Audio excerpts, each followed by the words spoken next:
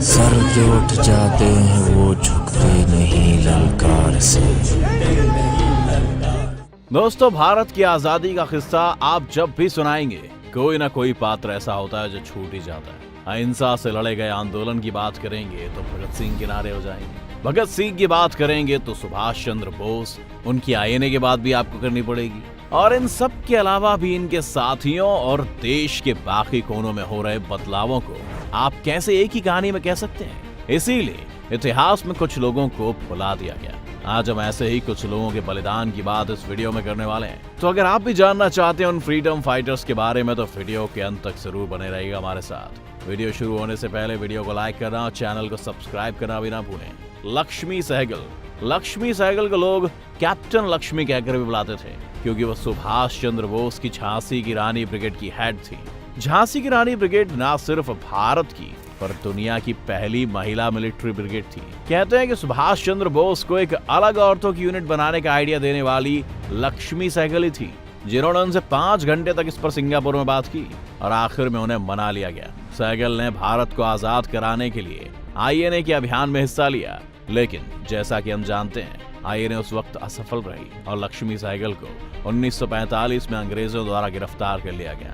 वो कुछ वक्त जेल में रही और इन पर देशद्रोह का मुकदमा चलाया गया, लेकिन फिर जल्दी भारत आजाद हो गया। सहगल ने आजादी के बाद भी एक वॉलंटियर के तौर पर 1971 के बांग्लादेश युद्ध से लेकर सिख विरोधी दंगों और भोपाल के गैस लीक में भी लोगों के लिए काम किया। सहगल में एक जुझारूपन और देश को आगे ले जाने का एक विजन था। वो मानती थी कि सिर्फ पॉलिटिकल आजादी से कुछ नहीं होगा, तरक्की के लिए भारत को आर्थिक और सामाजिक तौर पर भी मजबूत करना होगा। अशफाक उल्लाह खान अपनी जवानी के दिनों में सबसे पहले गांधी से प्रेरित हुए और उन्होंने गांधी के असहयोग आंदोलन में हिस्सा भी लिया। लेकिन जब चौरी चौरा में हिंसा भड़की तो गांधी ने इस आंदोलन को ही वापस ले लिया, जिससे इस आंदोलन में भाग ले रहे कई लोगों का गांधी से मोह भंग हुआ। अशफाक उल्लाह खान उनमें से ही एक थे। उन्होंने इसके बाद अपनी तरह के नौजवानों के साथ मिलकर हिंदुस्तान सोशलिस्ट रिपब्लिक एसोसिएशन बनाई।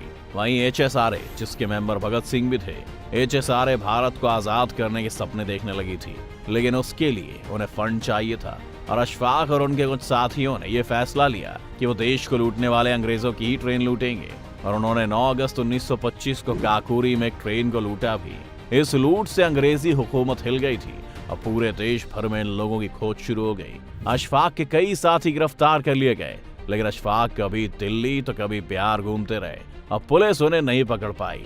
लेकिन फिर एक बचपन के दोस्त की मुखबिरी के कारण अशफाक को पुलिस ने पकड़ लिया और 1927 के दिसंबर के महीने में उन्हें मौत की सजा सुना दी गई। भीकाजी कामा के नाम पर आपने कई सड़कें और सरकारी संस्थान देखे होंगे, लेकिन ये भी हमारे देश का दुर्भाग्य है कि भीकाजी कामा जैसी स्त्री के बारे में हमें आज भी ज्यादा कुछ नहीं पढ़ाया जाता।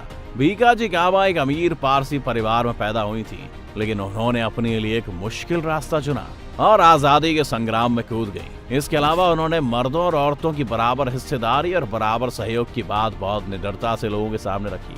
भीकाजी कामा ही वो औरत भी थी जिन्होंने ब्रिटिशर्स द्वारा बैन की गई तिरंगे को पहली बार जर्मनी में हो रहे 1907 इंटरनेशनल सोशलिस्ट कॉन्फ्रेंस में फहराया था। भीकाजी कामा ने अपना पूरा जीवन देश को समर्पित कर दिया और आखिर में अपनी संपत्ति भी उन्होंने छोटी बच्चियों के लिए काम कर रहे आश्रमों में दान कर दी थी।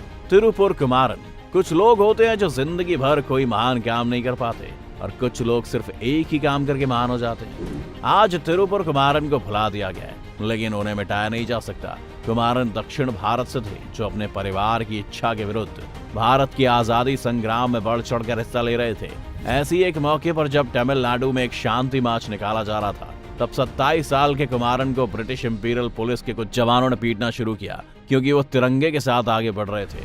तिरंगा भारत में बैन था और पुलिस किसी भी कीमत पर कुमारन से वो झंडा छीनना चाह रही थी, लेकिन कुमारन अड़े रहे और मार खाते रहे, पर उन्होंने तिरंगे को नहीं छोड़ा। आखिर में पुलिस वाले उन्हें इतना पीट चुके थे, उनका पूरा शरीर जख्मी हो चुका था और उन्होंने अपने प्राण त्याग दिए। आज तमिलनाडु के लोग उन्हें कोड़ी कत्था कुमारन कहकर बुलाते हैं, यानी कि वो कुमारन जिसने झंडे की रक्षा की। बटुकेश्वर दत्त दोस्तों वो व्यक्ति थे जिन्होंने भगत सिंह के साथ सेंट्रल लेजिस्लेटिव असेंबली में बम फोड़े थे ताकि सोई हुई ब्रिटिश सरकार को वो जगा सके। जहां भगत सिंह का नाम भारत के बच्चे बच्चे की जुबान पर छा गया, वहीं दत्त को उतने लोग नहीं पहचानते थे। शायद इसका एक कारण यह भी रहा कि बटुकेश्वर दत्त को इस कारनामे के लिए फांसी की सजा नहीं हुई, जैसे कि भगत सिंह को हुई थी। बटुकेश्वर दत्त जब जेल से सजा काट कर लौटे तब भी उनमें आजादी की आग उतनी तेज थी और उसके बाद वो भारत छोड़ो आंदोलन के साथ जुड़ गए। आजादी मिलने के बाद भी बटुकेश्वर दत्त को अपना सम्मान नहीं मिला। उन्हें कभी बिस्किट और ब्रेड बेचकर तो कभी एक टूर गाइड की तरह काम करते हुए अपना बाकी का जीवन बिताना पड़ा। 1965 में बीमारी के चलते उनकी मौत हो गई और वो भगत सिंह के साथियों में सबसे ज्यादा वक्त तक जिंदा रहने वाले स्वतंत्रता सेनानी बने। तारा रानी श्रीवास्तव। तारा रानी श्रीवास्तव की कहानी भी भारतीय आजादी के संघर्षों में एक नायाब घटना है। तारा रानी और उनके पति फूलेंदु बाबू दोनों ही भारतीय स्वतंत्रता संग्राम में कूद पड़े थे और उन्होंने भारत छोड़ो आंदोलन में बढ़ चढ़कर हिस्सा लिया। तारा रानी और उनके पति ने एक भीड़ के साथ सिवान के एक पुलिस स्टेशन की तरफ मार्च करना शुरू किया और पूरी भीड़ इनकलाब के नारे लगाने लगी।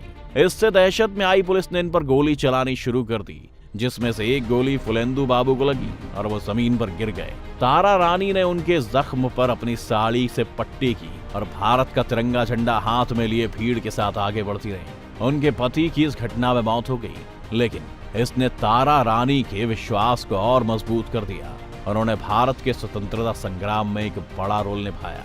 रानी गाइडिनलिऊ। रानी एक आध्यात्मिक गुरु से एक स्वतंत्रता सेनानी बनी थी, जिन्होंने नागाओं द्वारा चलाई जा रही हिराका मूवमेंट में 13 साल की कम उम्र में हिस्सा लिया था।